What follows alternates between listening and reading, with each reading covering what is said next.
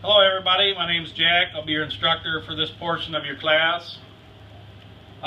Today's topic is welding blueprints and how to interpret and read our weld symbols.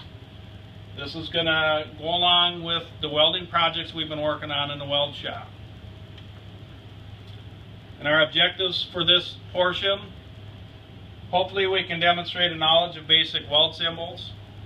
We should also be able to read a standard weld symbol, be able to write our own weld symbols, and hopefully we can interpret our weld symbols on some blueprints. And on my display here, I see we got a big handout. As you guys came into the class today, there's a bunch of stuff laying on our tables. One of them is a blueprint. That's going to be the handout I'm going to talk about here very shortly. We also have a couple weld samples and a few other things on our desks. All right, so let's go ahead and take a look at our blueprint there. And if we notice on the left-hand side of our blueprint, we have a few weld symbols and a couple pieces of pipe that needed to be welded on a particular job here. So go ahead and take a moment and look at that. And while you're looking at that, I'm going to hopefully make an understanding of why this is important to know. It is important for us to know this because we're out there welding on various different jobs and tasks. And a lot of jobs have certain criteria we need to follow, and all these weld symbols and drawings tell us the information we need to know to make the weld proper, to pass our inspections, and to meet the criteria the inspectors or the engineers require. Any questions so far? All right, so if we go ahead, we're going to set that blueprint aside for the time being. We're going to get into this handout, which should be handout 1.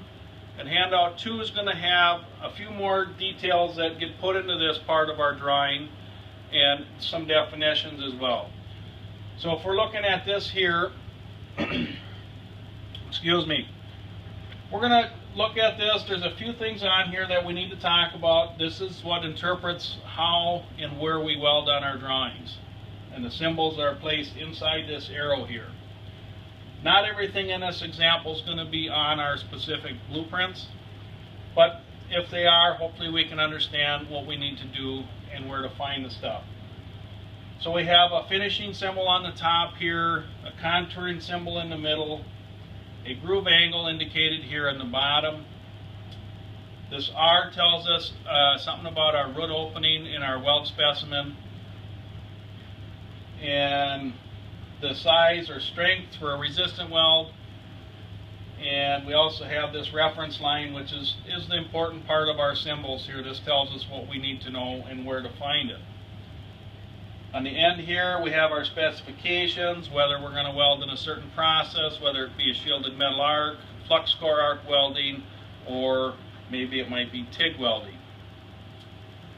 And the tail may or may not be in there, depends on what the application is. And then the bottom here tells us this is the basic weld symbol or our detailed reference. This is the areas that really tell us what we're going to do.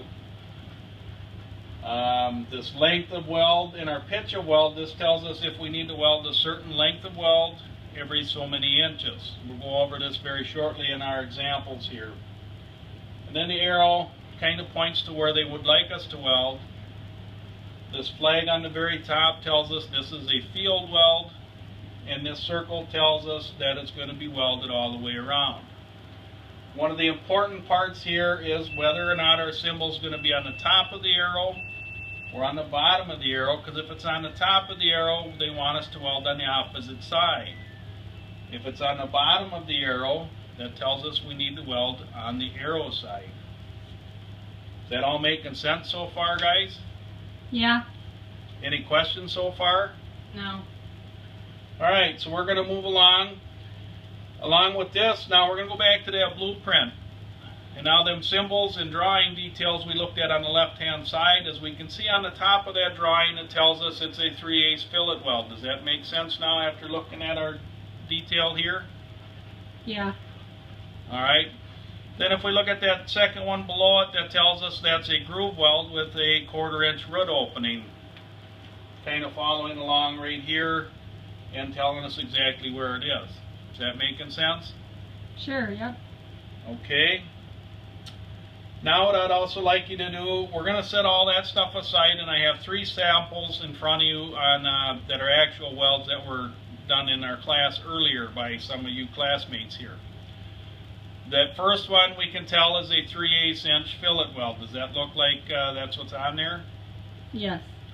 Alright, then the second weld, that's exactly like that in the blueprint example there. That's got a 1/4 inch root opening. So that person knew that he had to have that gap and then put the proper amount of fill in there. And then the third one's a piece of round stock welded on a flat piece of plate, and we see it has this circle around there, and it's also 3/8 of an inch with the triangle on the bottom side because the arrow's pointing right to it, so that meant it had to be welded all the way around, and it's a 3/8 inch fillet weld. Okay, so we're going to discuss a little bit. I'm going to explain why is it important that we know these symbols. Well, we kind of need to know all this information to produce a proper weld on our projects and our jobs to suffice the engineers and the inspectors on the projects. We can also incorporate this at work, whether or not we get to see our blueprints or drawings.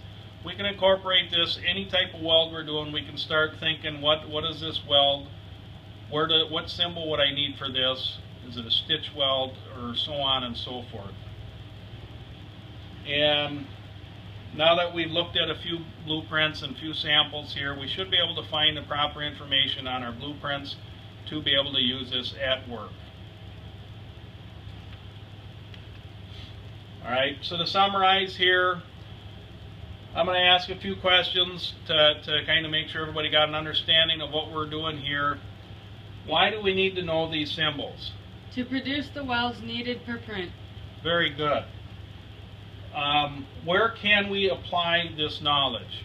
At any welding job.